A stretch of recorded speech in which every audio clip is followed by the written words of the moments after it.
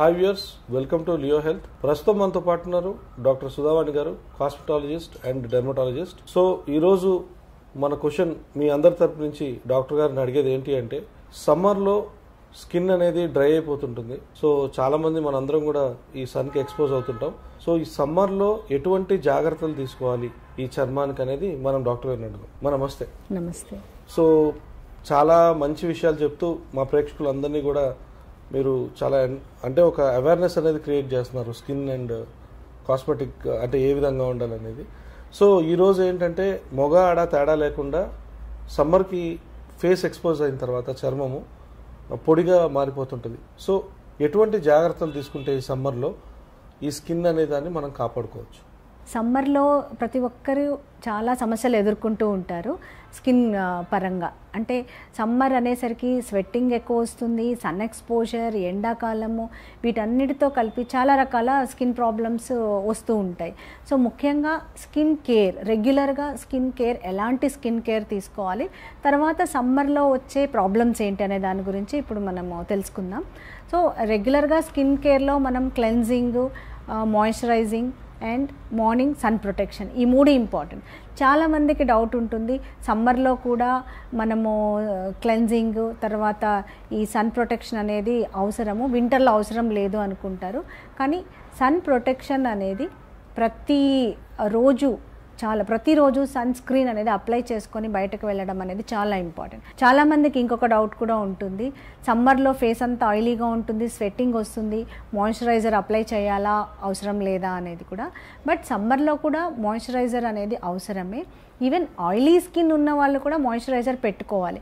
కానీ వాళ్ళకి సూట్ అయ్యే మాయిశ్చరైజర్ అంటే లెస్ ఆయిలీ, నాన్ కొమడోజెనిక్, అంటే పింపుల్స్, మొటాలు రాకుండా ఉండే మాయిశ్చరైజర్స్ అప్లై చేసుకోవాలి. సో సమ్మర్లో కూడా మాయిశ్చరైజర్ నైట్ అప్లై చేసుకోవాలి, మార్నింగ్ సన్ స్క్రీన్ అనేది తప్పనిసరిగా వాడాలి. అండ్ అంతేకాకుండా ఈ సమ్మర్లో ఈ హీట్ వల్ల స్వెట్ అనేది ఎక్కువ వస్తుంది, బాడీ నుంచి వాటర్ ఎవాపరేట్ అవుతుంది, దీంతో స్కిన్ డ్రై అయిపోయే ఛాన్సెస్ ఉంటాయి. సో మోర్ హైడ్రేషన్ అంటే వాటర్ బాగా తీసుకోవాలి. ఎక్కువ వాటర్ తీసుకొని చర్మం డ్రై అవ్వకుండా చూసుకోవాల్సిన అవసరం ఎంతైనా ఉంది. సో రెగ్యులర్ అంటే ప్రాపర్ వాటర్ ఇంటేక్ అనేది చాలా ఇంపార్టెంట్ స్కిన్ హైడ్రేషన్ మెయింటైన్ చేయడానికి. సో వాటర్ ఎంత తాగాలి అనేది కూడా బిగ్ క్వశ్చన్. కొంతమంది 6 లీటర్స్ 8 లీటర్స్ అలా ఎక్కువ వాటర్ తాగుతారు, అంత అవసరం లేదు. ఈ వాటర్ ఇంటేక్ కూడా ఎవరి బాడీకి తగ్గట్టుగా వాళ్ళకి ఉంటుంది. సో దాన్ని బట్టి ఒక 6 to 8 glasses water or 1 to 2 litres water అలా ఎంత అవసరమో అంతే తాగాలి. కానీ వాటర్ కూడా ఊరికే ఎక్కువ తాగేసినా కూడా మళ్ళీ అది కూడా కొన్ని ప్రాబ్లమ్స్కి దారి తీయచ్చు.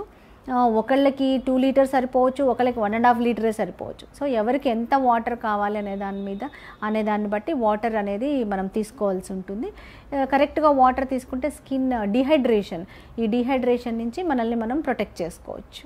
అంతేకాకుండా ఈ సమ్మర్లో వాటర్ కంటైనింగ్ ఫ్రూట్స్ అంటే ఏవైతే వాటర్ రిచ్ ఫ్రూట్స్ ఉన్నాయో, లైక్ వాటర్ మెలాన్, కర్బూజా, తర్వాత మస్క్ మెలాన్, ఇలాంటి ఫ్రూట్స్ ఎక్కువగా తీసుకోవడం వల్ల మనం బాడీలో ఉండే వాటర్ని రిటైన్ చేయొచ్చు.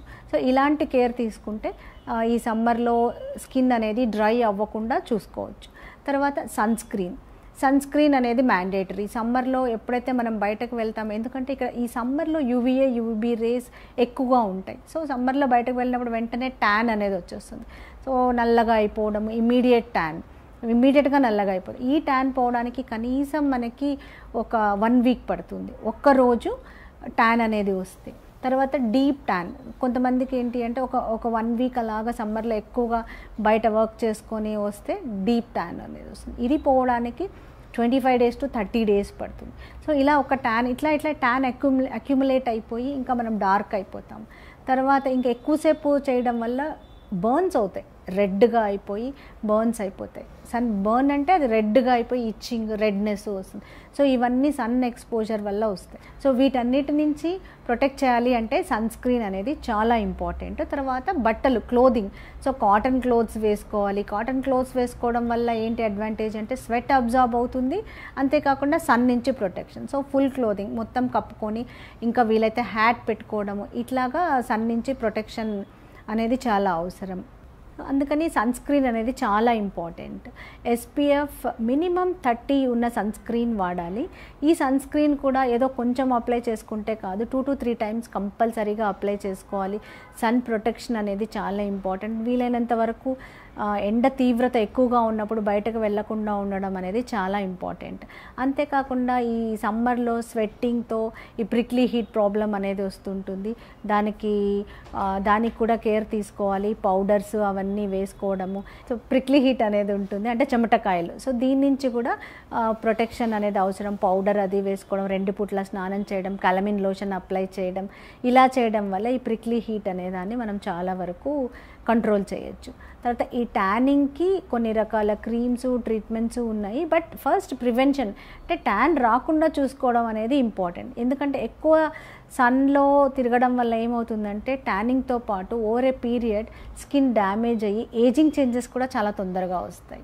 సో ఈ ఏజింగ్ చేంజెస్ అనేవి మనం ప్రివెంట్ చేయొచ్చు, బికాస్ సన్తో వచ్చే ఏజింగ్ చేంజెస్ జెనెటికల్లీ ఉండేదాన్ని మనం ఏం చేయలేము. So genetic ageing we cannot prevent. So ఏదైతే సన్ ఎఫెక్ట్స్ వల్ల వచ్చే ఏజింగ్ని మనం చాలా మటుకు ప్రివెంట్ చేయొచ్చు. దానికి first step sunscreen. So sunscreen apply చేశాక దాని మీద వాట్ ఎవర్ యూ వాంట్, మీరు ఫౌండేషన్ కానివ్వండి, లేకపోతే powder if you are applying that అని, అవి కూడా అప్లై చేసుకోవచ్చు. ఇలా ప్రొటెక్షన్ తీసుకోవడం వల్ల సన్ ఎఫెక్ట్ నుంచి కూడా చాలా మటుకు మనల్ని మనం కాపాడుకోవచ్చు. ఇలాంటి ఇంట్రెస్టింగ్ వీడియోస్ కోసం తప్పకుండా మా ఛానల్ని సబ్స్క్రైబ్ చేయండి.